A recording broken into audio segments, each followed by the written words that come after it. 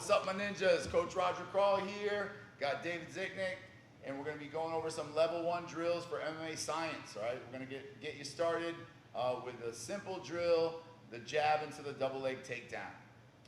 All right, so we're starting a good MMA stance, and we're using our jab to set up the takedown. And yes, we want to kind of blind the opponent, set him up for a right hand or whatever else it is we're going to do. But right now, what we want to do is touch him with that jab just enough so that I know my distance away from my opponent. If I'm way out here and I can't even touch his glove with my jab, I have no business shooting from out here. So if I try to shoot on him from here, he's going to see it from a mile away, he's going to sprawl, he's going to stop the shot, it's going to be very easy. If I can get inside and get him to at least respect my jab coming close, have it cover his face, maybe make him counter with his own jab, this is going to allow me to change levels behind my jab. Once I change levels behind my jab, now my hands are going to stay up. I'm not bending over at the waist. I want to keep my hips below my head. If I bend over at the waist like this is easy defense or striking for my opponent. So I throw my jab, I'm measuring. I change my levels. I'm going to change my levels as my jab comes back. I don't want to do this. Jab, come back, change levels. That's too long. That takes too much time. I want to go in with my jab. As it comes back, my levels change. Now, once my level changes, my hips are below his. I push off my back foot. I make my penetration step. And once I make my penetration step, if I can cross the line of his toes, that would be great. If I don't, that's okay. But the further I get in there with that penetration step, the better it is. My hands are snaking to the back of his calves. And if I turn this way, you'll be able to see that my hands are going to snake to the back of his calves. My head is going to stay high. I want to look to his armpit. My trail leg is going to come around, and from here, I'm going to look in the direction I want to go and sprint through him.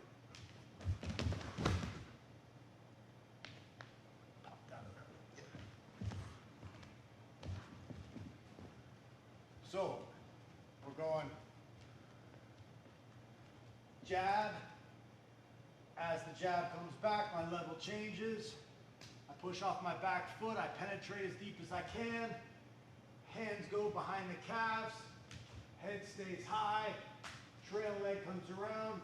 Look in the direction I want to go and sprint through.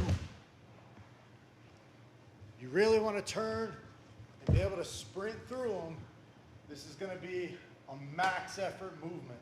Once you get into that spot, you have to run him down. Only two things can happen. You take him down or you hit the fence. But you don't want to stop in the middle of that. You also want to make sure that your head position is nice and high. Again, if my head is down, losers look down. He's going to guillotine me. He's going to put his weight on me. He's going to head snap me. He's going to push my face into the mat. He's got a million options if I am looking down. If my head is high and I have good posture, his ability to sprawl on me or guillotine me or do anything of the type is not very good. And it allows me to be in a good stance and transition to a different position if I have to. I can transition to a different submission. I can go to his back. I can change to the single. I have a lot of options there. I can even break out and go back to striking if that's what I have to do. But position is going to be key there. And then sprinting through him. Run your whole body through.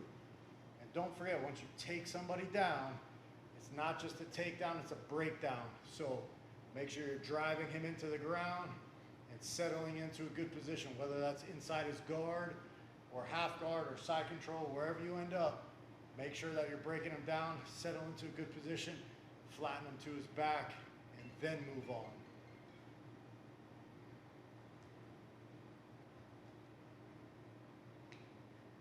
So if we do that one more time, we'll go through it. As a drill, just focus on good jab step, keeping your jab nice and high, cover your chin with your shoulder, elbow goes up, counter comes back, and I change levels. push off my back foot and explode into my shot. Trail leg comes around, I look in the direction I want to go, and I run down. Now here, we could end up in a half guard, we could end up in a full guard, we could end up in side control. Whatever it is that we end up in, we want to make sure that we get that cross face, that underhook, and we secure a position and flatten him out to the ground. We want this guy as flat on his back and his hips flat on his back as best as he can.